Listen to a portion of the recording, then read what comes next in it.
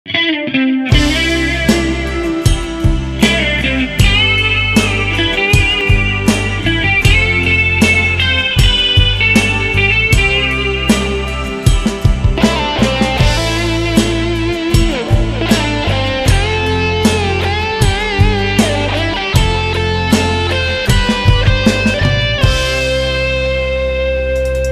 อพองยามนั้นตั้งหักสองโบใจอยู่หัง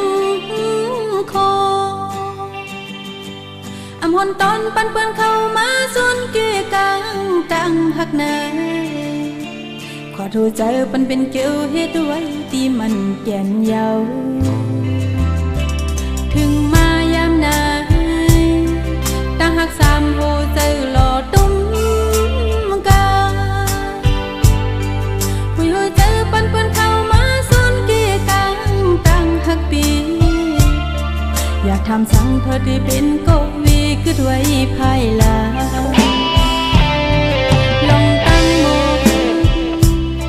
ใส่วิธีกวังเสืออยู่เฮ็ดซอยตาปุ่นนางพองปันสู่ย้อนสู่ปันเทงรู้โกแต่ที่ไปเพียงที่ยังอ่านห่มกันนั้นรู้แล้วเสียงหมดหายแก่นสิหลายหัวใจตายพ่ายเป็ดพอตั้งอยู่ยาวเป็นความจำลงตั้งหักพรมโหไปยืนมือว่าอยากเข้าใจขับปัญหาน้องตัวยาวในใจพี่เอ๋ย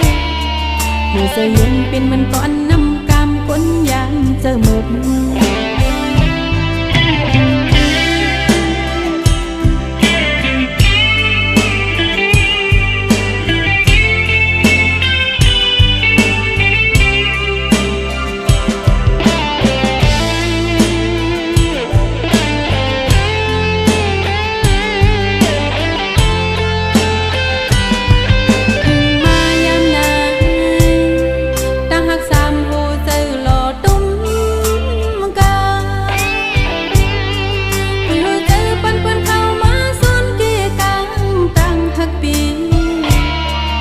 ทำสั่งเธอที่เป็นกวีคือด้วยภายหลัง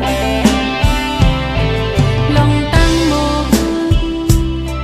ใส่วิธีกวังเสืออยู่เฮ็ดซอย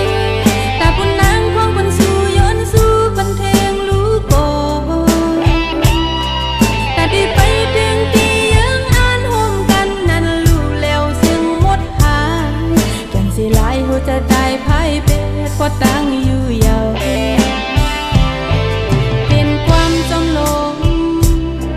ตั้งหักพรมโหไปยืนมือว่า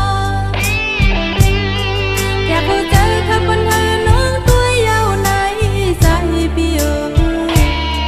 อยู่เสียเย็นเป็นมันก่อนน้ำกำก้นยามเจอหมด